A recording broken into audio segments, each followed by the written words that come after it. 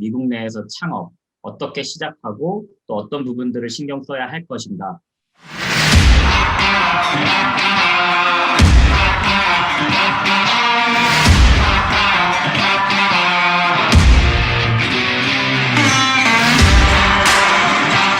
그럼 오늘 세미나에 대해서 일단 시작을 해보겠습니다.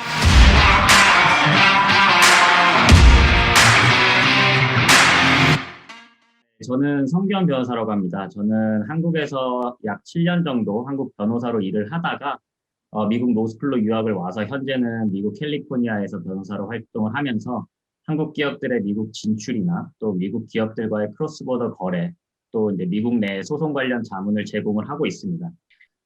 오늘 일단 그 웨비나 진행 제안을 받았을 때 제가 일단 웨비나 주제에 대해서 가장 이제 많은 고민을 했었는데, 일단 많은 분들이 가장 관심이 있으시고 궁금한 내용이 많을 것으로 생각되는 미국 내에서 창업, 어떻게 시작하고 또 어떤 부분들을 신경 써야 할 것인가를 이제 변호사의 관점으로 간단히 소개를 드리고자 합니다.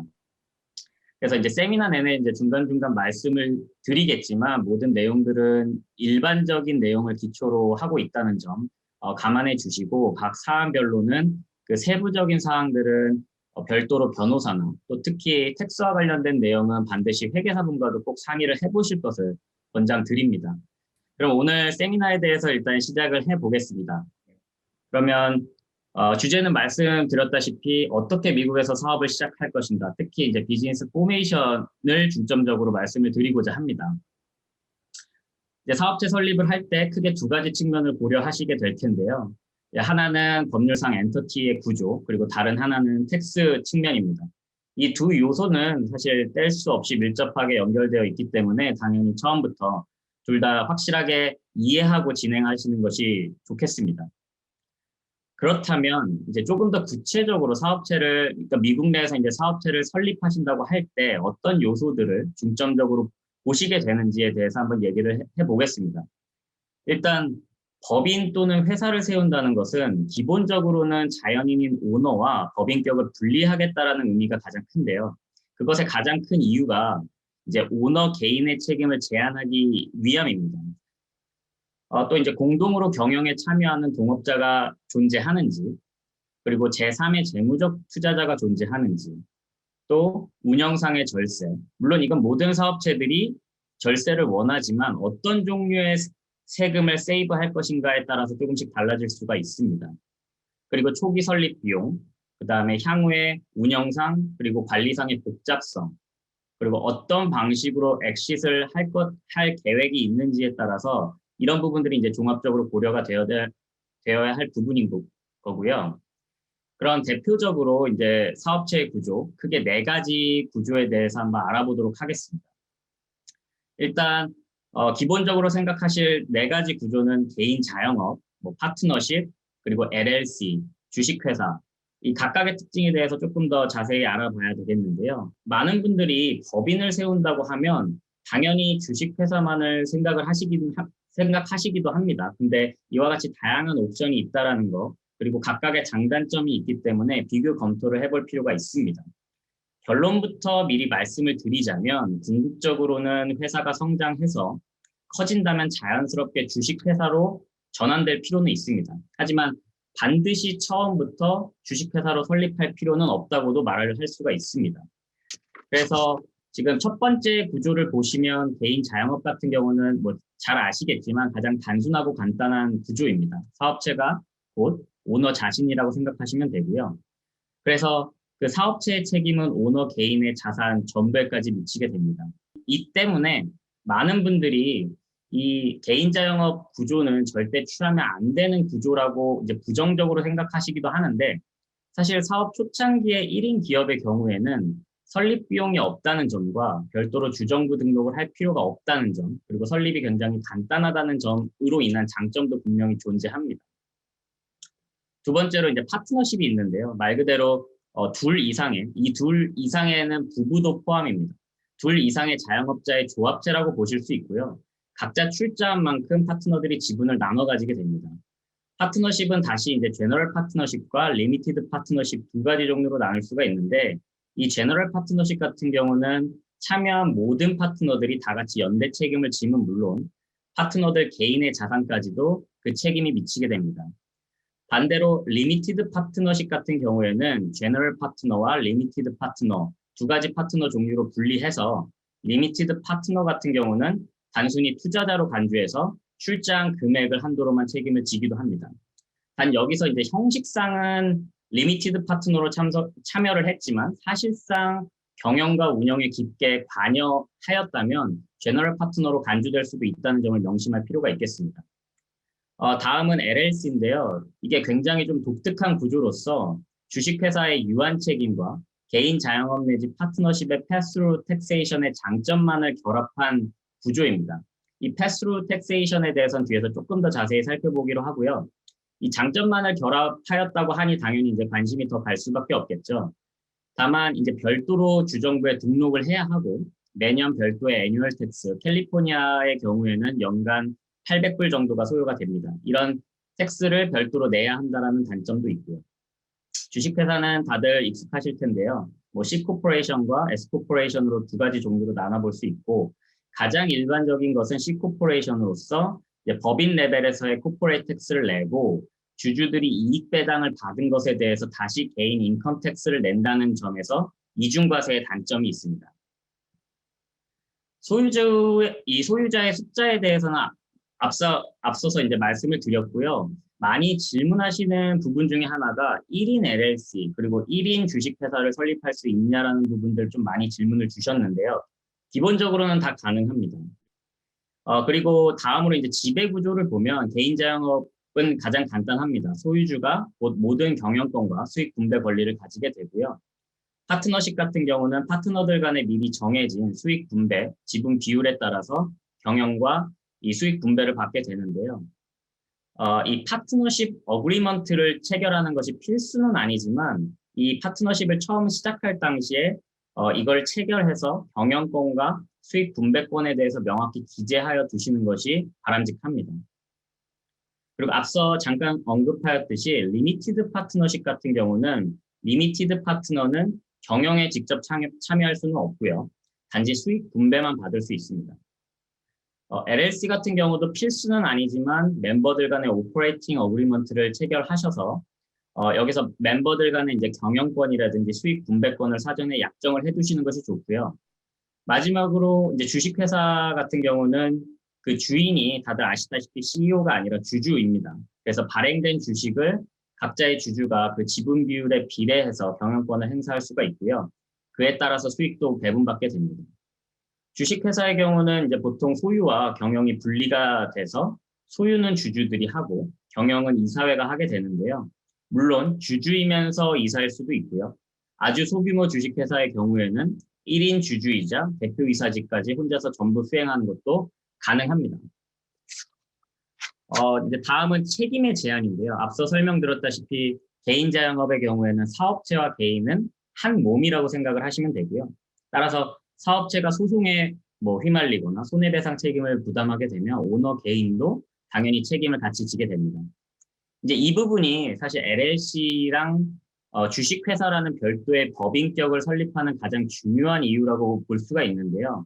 그러니까 이 부분도 사실 조금 더 깊게 살펴보면 개인 자영업자라고 하더라도 각종 보험을 통해서 어느 정도는 개인의 재산에 대한 위험 부담을 해지하는 것이 가능하고요.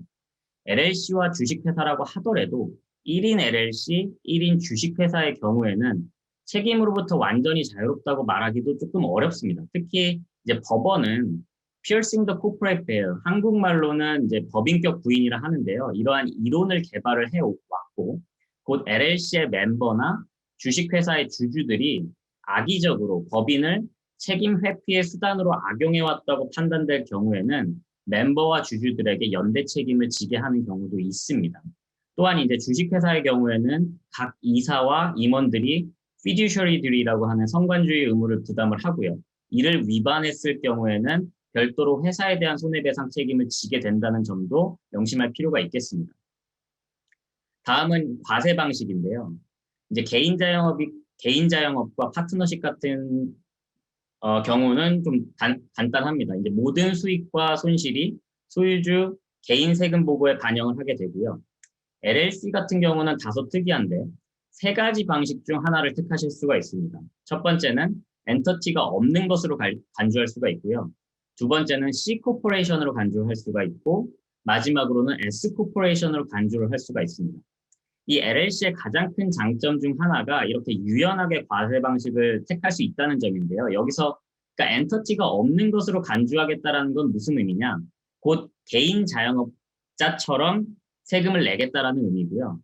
복수의 멤버가 있는 LLC의 경우에는 파트너십처럼 간주해서 개인 오너들의 개인 세금 보고를 하겠다라는 의미입니다. 그러니까 이 부분이 바로 키포인트인데요. 그러니까 주식회사가 탄생한 배경이 이 오너 개인들이 자신들의 그 개인의 유한 책임만을 지게 하기 위해서 탄생을 한 건데 그에 대한 대가로서 이 회사라는 법인 차원에서 별도의 세금을 부과했던 것이죠.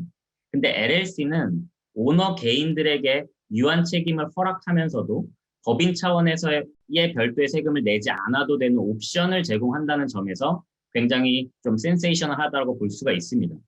근데 여기서 이제 별도의 세금이라는 거는 법인의 소득세, 법인세를 의미하는 것이고 물론 LLC도 일정 금액의 애뉴얼 프랜차이즈 텍스는 낸다고 아까 말씀을 드린 바 있습니다.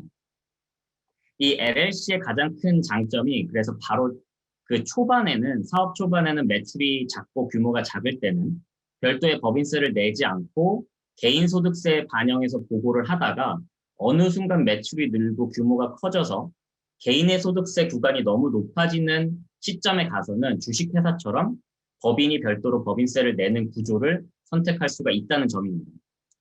반면에 이제 주식회사는 법인은 법인세를 내고요. 주주들은 이익 배당에 대한 개인 소득세를 이중으로 내야 됩니다.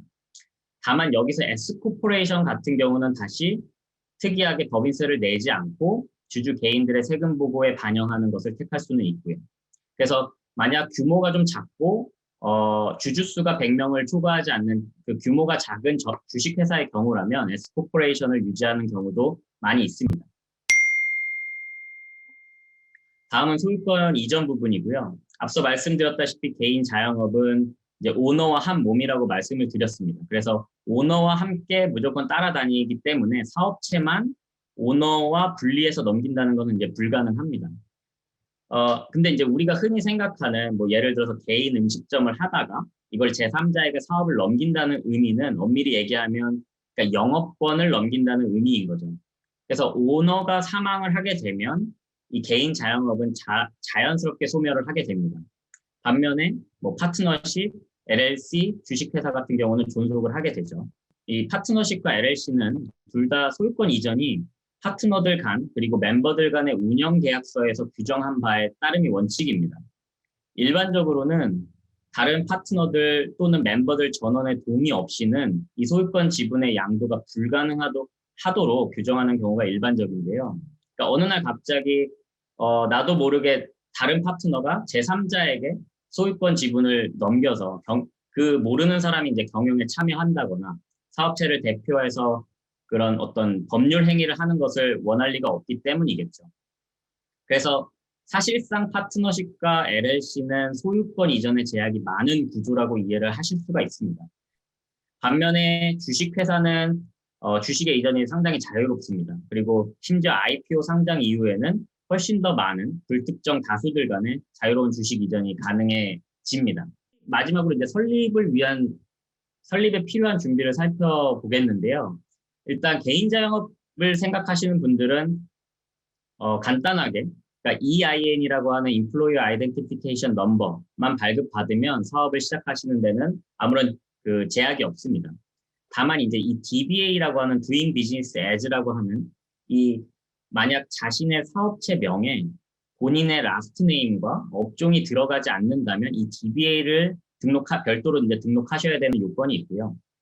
그래서 아마 대부분의 분들은 사업을 시작하실 때 그 사업체 명에다가 본인의 이름과 그 사업이 어떤 일을 하는지를 그 경기하는 경우가 드물기 때문에 아마 DBA를 반드시 등록하는 경우가 훨씬 많을 거라고 생각이 들고요. 별도로 이제 비즈니스 라이센스가 필요한 업종이라 그러면 각 시티나 카운티별로 그 신청을 하셔야 됩니다. 파트너십 같은 경우는 GP의 경우에는 개인자영업과 사실상 거의 비슷하다고 보실 수 있고요. LP 같은 경우는 스테이트에 별도로 파일링 하셔야 될 의무가 있습니다. 그리고 파트너십 어그리먼트 같은 경우는 필수 사항은 아니지만 반드시 작성해 두시는 것이 좋다고 말씀을 드렸고요. LLC 경우는 이제 LP 그 방금 얘기한 그 리미티드 파트너십과 같이 그 아리크로브 오르가니제이션이라고 하는 정관을 파일링하면서 주정부에 별도로 등록을 하셔야 되고요. 멤버들 간에 그 오퍼레이팅 어그리먼트를 작성해 두시는 것이 좋습니다. 주식회사의 경우도 정관을 파일링하면서 그 각 주에 등록을 하셔야 되고요. 바일러라고 하는 사규는 회사 설립의 필수 요소는 아니지만 이 역시 정관 제출과 함께 미리 작성하여 두시는 것이 좋겠습니다. 그래서 앞서 얘기한 이제 4가지 가장 보편적인 스트럭처 외에도 고려하실 수 있는 옵션들이 몇 가지가 더 있는데요. 예를 들면 설립 목적이 공익적인 측면이 있고 공익적 사업을 하는 단체라면 non-profit corporation을 설립하시는 방법이 있을 수 있습니다.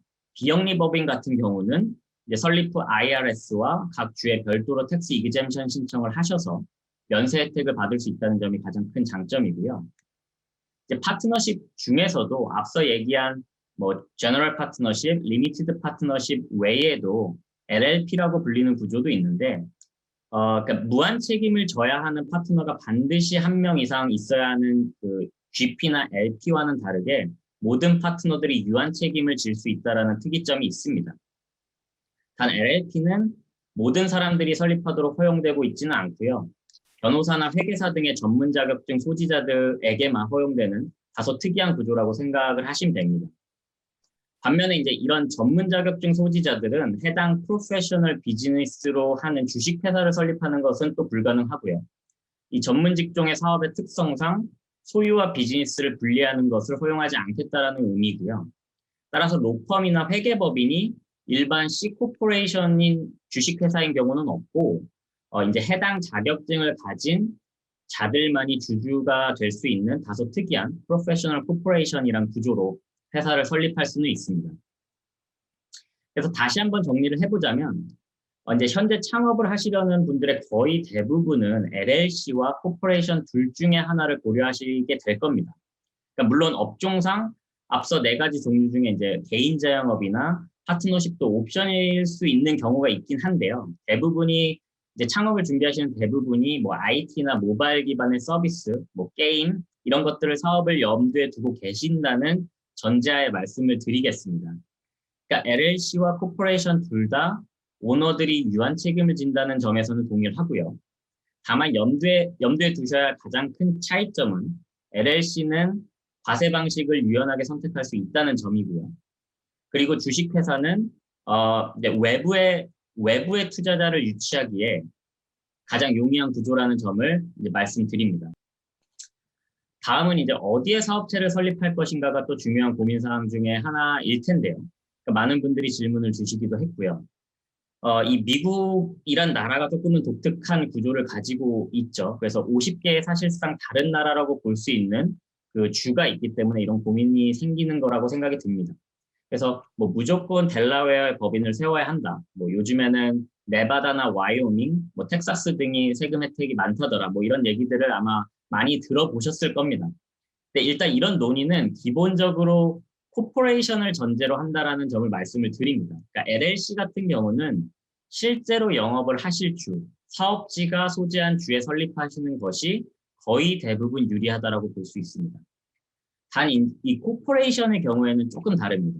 그러니까 주식회사는 이 각 주의 회사법의 영향을 많이 받기 때문인데요. 그래서 많은 분들이 델라웨어를 선택하는 이유가 다음과 같이 좀 정리를 해볼 수 있을 것 같습니다. 일단 델라웨어의 이제 확립되고 안정된 회사법 체계가 기업 친화적인 경영 환경을 만들어 줍니다. 또한 이제 회사법 사건만을 전문으로 하는 별도의 법원을 통해 보다 전문적인 식견을 가진 법관들로부터 이 판단을 받을 수 있다는 점도 있고요. 두 번째로는 미국에서 투자자 유치를 희망하신다면 거의 대부분 델라웨어 C코퍼레이션을 선택하시는 것이 유리합니다.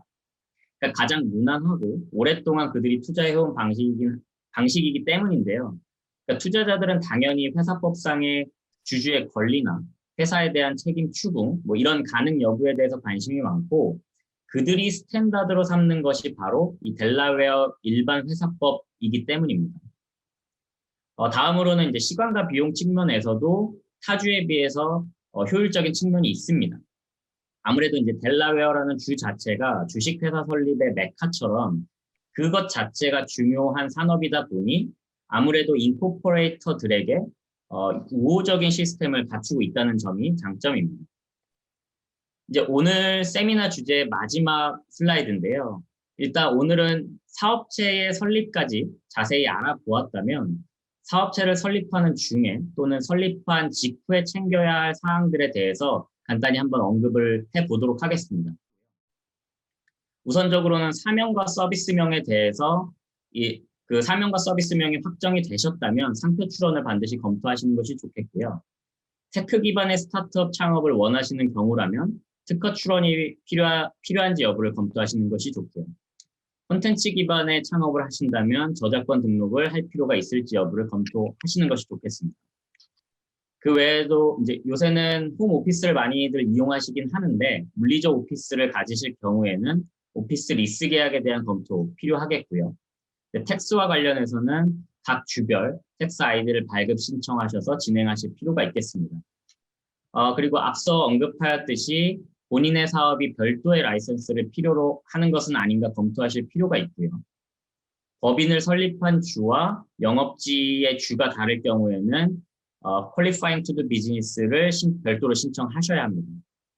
그 외에도 이제 각종 사업장과 관련된 보험이라든지 직원 고용 부분, 임직원들의 비자 신청이 필요한 경우라면 비자 진행, 그리고 사업체 운영에 필요한 각종 계약들 체결, 그리고 외부 투자를 통한 파이낸싱을 진행할 경우에는 투자 유치 준비부터 각종 투자 계약서에 대한 검토까지 이 부분을 준비하시는 것이 좋겠습니다.